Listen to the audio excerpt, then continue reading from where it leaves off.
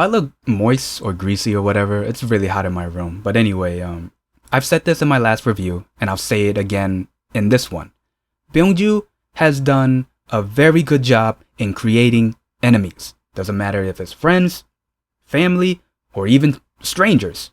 He has done a good job in creating enemies. Everything he does, everything he says, it creates enemies, creates motives, so other characters can have a reason to commit the crime, even though, well, at this point, they have done nothing into committing the crime. Because after watching this episode, we know that Solbi didn't do it.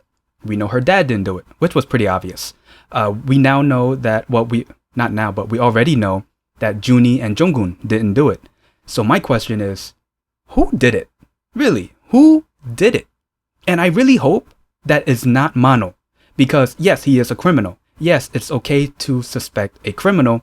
But to have Mano to be the culprit, the main culprit of the main plot of this drama, in my opinion, is not really much of a shocking factor. So I really hope it's not him. Now for Kang Dan. I forgot which episode her name popped up. And to be honest, I thought it was a guy. During the flashback scenes where Kang Dan's name was popped up, they weren't too specific on gender, so in my mind I just thought it was a guy. So it turns out to be a girl. And not just any girl, Soleil's twin sister. And we knew about her twin sister, but only by story, and we didn't really knew her name. So now we know that her twin sister is Kang Dan. And what's weird is that Mano wants to meet up with Kang Dan. Now, we don't know the reason why until the ending of this episode. It was to find his son. Now, well, first off, I didn't know he had a son. And it was really weird. Wait, hold up. Oh! Wait. So, remember that flashback scene when Mano was committing a sexual act on a girl? And there was like some random guy that saw the act happen, and then he got killed by Byung-ju, you know, that hit and run. Is Kang Dan the woman that he committed the sexual act to and then disappeared for like, I think 5 years? That's what Soleil said. Disappeared for 5 years because she was pregnant? And she has a son, which is also Mano's son? Can that be? Oh man, I think so. Sorry about that. It took me a second to calm down. I really do think that's true. Maybe Kang Dan was the woman that Mano did do sexual acts to and then got pregnant because of Mano. And yeah, Mano has a son. Yeah, we just found out in this episode. It's probably true. But moving on.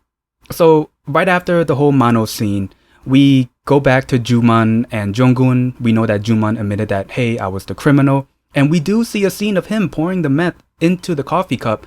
And at that point, it was pretty hard to know what scenes were true because they have been showing flashback scenes of what really happened and what could have happened, like a what if type of thing.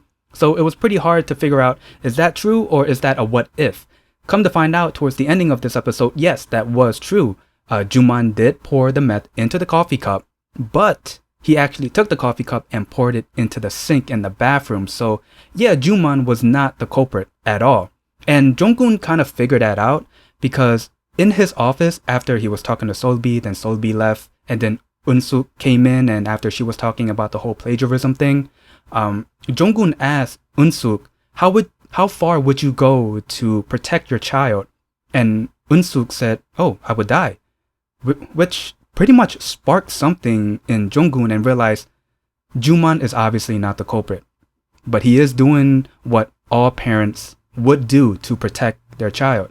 They would do whatever it takes to protect them at all costs. So, and plus for us viewers, we kind of knew that Joo Man didn't do it. But for Solbi, it was pretty hard to figure out if she did it or not. Part of me was thinking maybe she did do it because Joo Man is protecting her so much and because he's lying about, you know, the his statements. You know, he said that he never saw the sugar packet, but it was his. He saw it on the floor. He saw it on the table, but he lied about it. And then after the meeting between Joo Man and Jong Hoon finally got his laptop back.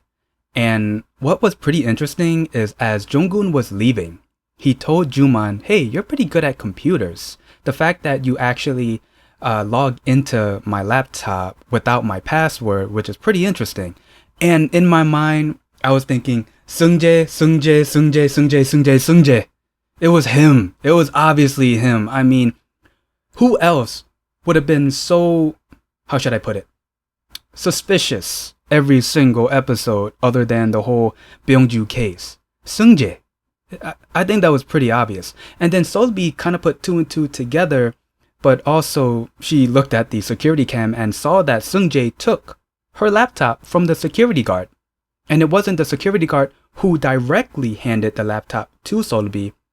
It was actually Seung Jae who took it from them, and then Seung Jae pretty much gave it back. Then Solbi did confront him, but in the end, he didn't really answer Solbi's question, were you the one that brought back my laptop? But then another student came in and just interfered, so we got no answer from that. Oh yeah, one thing about Seung Jae, I didn't know he was married. He has a ring on. I've seen him a lot actually, and yeah, I didn't even notice he had a wedding ring. Well, what looks like a wedding ring. And on the phone, he was talking to someone about a baby.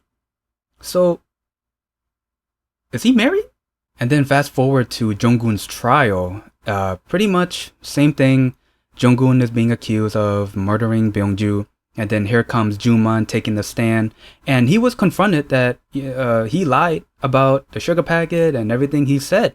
And he was going to admit that he was the culprit, knowing that he's not, and we all knew that he wasn't. Jong Hoon actually called Solbi, put her on speaker to let her listen to everything that was going on. And while he was about to admit that he was the culprit, even though he wasn't, Solbi interfered and said, "Dad, don't do it." And in my mind, I was still thinking, is Solbi the culprit? Because her dad is going so far into protecting his daughter. And yeah, you can't blame him though. I mean, you got to look from a parent's point of view to protect their child. So in my mind, I'm thinking, man, Solbi, she has to be the criminal. But at the same time, I was still thinking is that she also lied too. But, confusing at times. But then in the end, it wasn't Solbi, it wasn't her dad. So both of them are innocent. It's just that both of them were trying to protect each other. Now, I want to stick with Solbi and her family real quick. So I talked about Solbi and her dad. I feel like these two have more of a relationship than Solbi and her mom. And the whole dysfunctional thing that's going on, I think we can already tell the source of that is her mom. I mean, her mom wants her to be a judge, but her dad admits that she can't be a judge. She doesn't deserve it, stuff like that. And this was during a time where Joo Man thought that Solbi was the criminal, knowing that both of them were innocent to begin with. But they did have a motive, just like the other characters, but in the end, they didn't do it.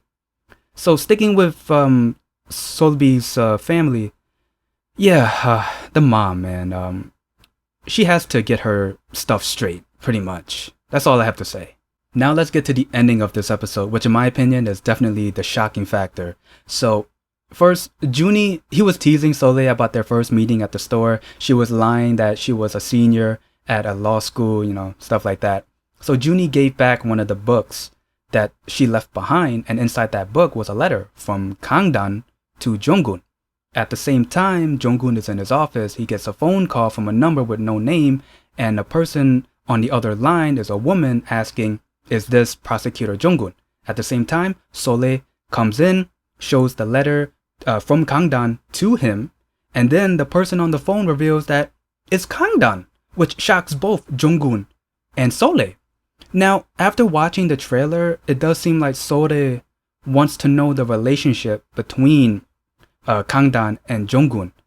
Now, I don't know what type of relationship that is. I'm pretty sure it's not one of those student-teacher things. I hope not. But I do have a feeling that it could relate to Mano.